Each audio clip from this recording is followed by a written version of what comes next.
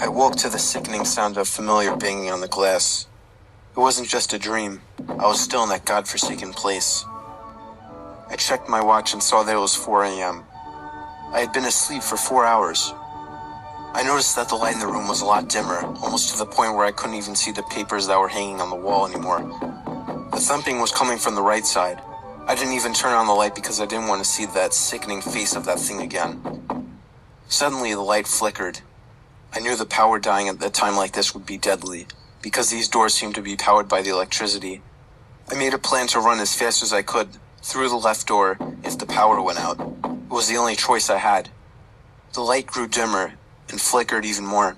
I took one last look at the camera screens to see that the curtain at Pirate's Cove had been completely opened and Foxy was nowhere in sight. Just as I saw this, the room went dark. The camera screens turned off and the power doors opened. The power was out. I ran out the left door, turning the flashlight on. The bunny wasn't anywhere in sight, to my luck. As I ran down the hall, I slipped in something on the floor. I fell hard on my knee. I felt like I broke it. I moaned in pain, but tried my hardest not to scream. I felt the substance that I slipped in with my fingers. I smelled it. It was blood. I was laying in a big puddle of blood. I immediately assumed it was the blood of Alex and almost let out a cry of pain and sickness. I tried to get on my feet, but the pain in my knee was unbearable. I started to crawl down the hall with blood all over my arms and legs. I didn't know where to go or how to escape. They would surely catch me now. My luck seemed to have run out because I heard heavy footsteps coming fast down the hall. I had to act quickly, but I didn't know what to do. I looked around me and found a door. I didn't care what room it led to, I just had to get out of the hallway. The footsteps were getting closer. I shut the flashlight and managed to reach the doorknob, pushing the door open. I crawled into the room and pulled the door shut as quickly and quietly as I could.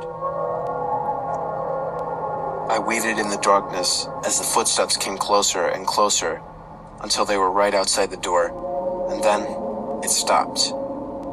Whatever it was right outside the door. I put my hand over my mouth to muffle my breathing and leaned against the door to block it in case the thing tried to get in. It was probably about 10 seconds, but it felt like a minute before the sound of pots and pans banging around echoed across the building, and I heard footsteps move away from the door. I felt that it was safe to no longer hold my breath and to turn the flashlight on. The light revealed that I had been sitting in a supply closet. I looked around for any kind of weapon, and to my luck, I found a crowbar sitting on a ledge.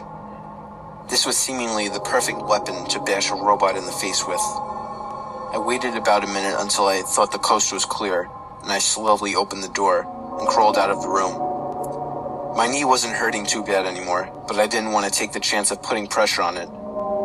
Crawling was quieter anyway. As I crawled through the pitch-black hallways, banging into walls, I noticed that almost all of the floors in these hallways were sticky. The stickiness caused my skin to make a peeling sound off the floor each time I lifted my hands or legs. I didn't think too deep into the stickiness, or anything for that matter. I was too focused on getting out of there and finding Alex. As I crawled down the hall, I noticed moonlight shining in through a window in a room up ahead. I hoped the window would be low enough and big enough for me to reach and fit through. I crawled to the doorway, but the sight of two big glowing eyes stopped me. The eyes were fixed on mine, even in the dark. I turned on the flashlight and shined it at the figure. It was Foxy. He looked like a broken, unfinished animatronic with pieces missing altogether. His legs didn't even seem to be finished, as his robotic legs were not covered up by plastic fur, and his feet were just two pieces of metal. He raised his hook hand and started moving quickly towards me. I managed to get up on my feet, ignoring the pain on my knee. I held up the crowbar, ready to swing it like a baseball bat. As soon as the robot got close enough, I swung the crowbar to hit his robotic leg, causing him to fall to the floor. I took this opportunity to smash his robotic head numerous times with the crowbar, causing gears to fly out of its face. The eyes were still glowing, fixed on me, but his legs seemed broken, and that was enough to stop him from getting me. I hopped closer to the window. The other robots no doubt heard what just happened, so I had to hurry. I reached the window. Luck was on my side, because the window was reachable and big enough to squeeze through. I swung the crowbar at the window, but it didn't break. I suddenly heard many pairs of footsteps coming from down the hall. I swung the crowbar again. The window cracked, but didn't break. The footsteps were right outside the room now. I swung the crowbar one more time, as hard as I could, finally causing the glass to shatter. I took a painful leap off both legs to reach the window. I pulled myself up and was about to jump out the window until something grabbed my leg. I turned around to see Freddy Fazbear standing behind me, holding onto my good leg, along with Chica and Bonnie standing behind him. Asked Freddy. Without thinking, I pulled my leg up, causing pain in my knee, and kicked it back with full force into the animatronic's head. This caused it to lunge back a bit and loosen its grip on my leg, giving me just enough time to jump out of the window. I didn't care about the returning pain to my knee. I hopped away from the building as fast as I could, with the only sound I heard being the screaming of the robots to come back. I screamed Alex's name at the top of my lungs 3 or 4 times before getting in my car and speeding to my house.